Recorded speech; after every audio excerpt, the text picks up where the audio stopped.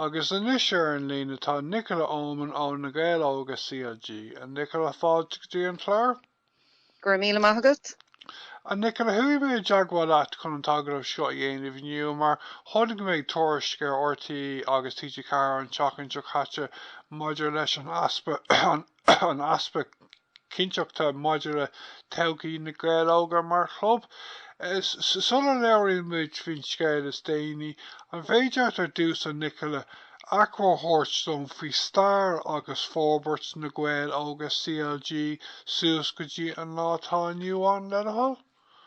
Well, is club long Gaeilge muid Na Gaeil Óga, tá míad lonathe I leabhán go príomh, tá thart ar 600 balla going faoi láthair, thosaigh mar amach 40 bliain ó shin, agus tá spás olmhórt rééis teachtaring súscadáta.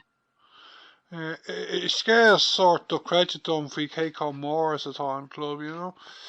Okay. A cáneart neamh cinteachta maidir le Todhchaí na club de an féidir leat intom cadé an aib atá goibh Nichola?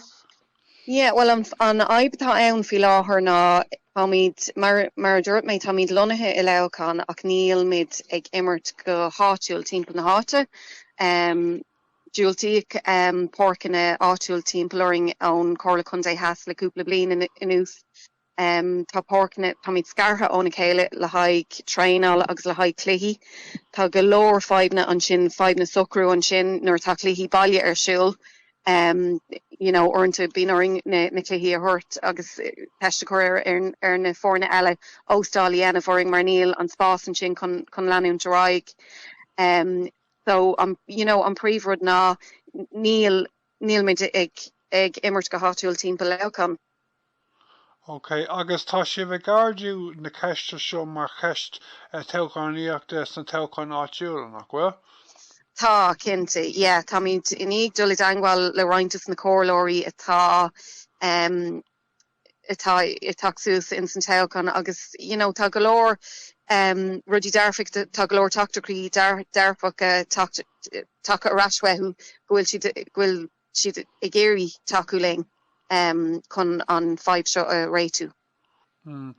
Agus like well fagri fight a grave on a dini gana say Comhairle Contae Bealtaine has like na sort No, well mar dúirt mé le cúpla bliain inús tá míad tréis iartas a chuiristeach a gcóir na páirceanna agus níl aon ragart ceart taca arás weithú.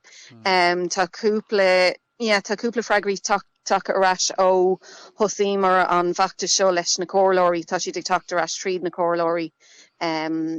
You know, le freagraí éagsúla. Okay. Tá Thomas born ar Stáit na Gaeltachta in ar Stáit do gnóchaí sport de freisin. An bhfuil sibh tréis dul jaagháil leis freisin in Nichola? Níl go fóil now tá go leor daoine eile a bhfuil mit tréis dul bhfuil siad, you know, ag taú léinn cosúla first na Gaeltachta, you know, Conradh na Gaeilge glór na Gaeil agus údras na Gaeltachta ach ní ramar d'angháil leis go fáil. Derfin go pásan go meach Thomas Lansás a tacaíochta Hort Steve no chun an próséis a hosú ó héh tacaíocht Stáit á, you know. Ba cóir dar lom go meach club ceart a gcuibh, like cóir dar lom mátá sé a gcuibh go méid tacaíochta Stáit na chéite nó cúpla milliún euro curtha a fáil ag roimh na Gaeltachta mátá an líon a méid sin de gí. An bhfuil figur a gcuibh faoin sais muoinethe atá de gí a gcuibh Nichola? Well, níl agam sa faoi láthair, an príomhród faoi láthair tá míad a géirí ná go bheice daoine muid timpeall na háite agus páirceanna áitiúla áil. Se tá áit bún, tac bún ag teastal wein ach sílim go sin pí síos an bóthir faoi láthair. So an príomhród doing inis na páirceanna go háitiúil timpeall. Agus just like well, is got like anhfuil spás I leabhán nó timpeall an ceanta díomh nó a cadé an sca? Yeah, well, tá go leor spás ní timpeall, you know, go bhecinn tú, you know, timpeall ach níl is gom, you know, céim sais leis an Comhairle Contae, you know, caiist tá tar process an sin go caiisi dul tríd chun na háitina seo all, you know, so but tá galore talamh timpeall leocán chun go féidirling breanú isteach ar agus, you know, rud éigen a hocrú lo.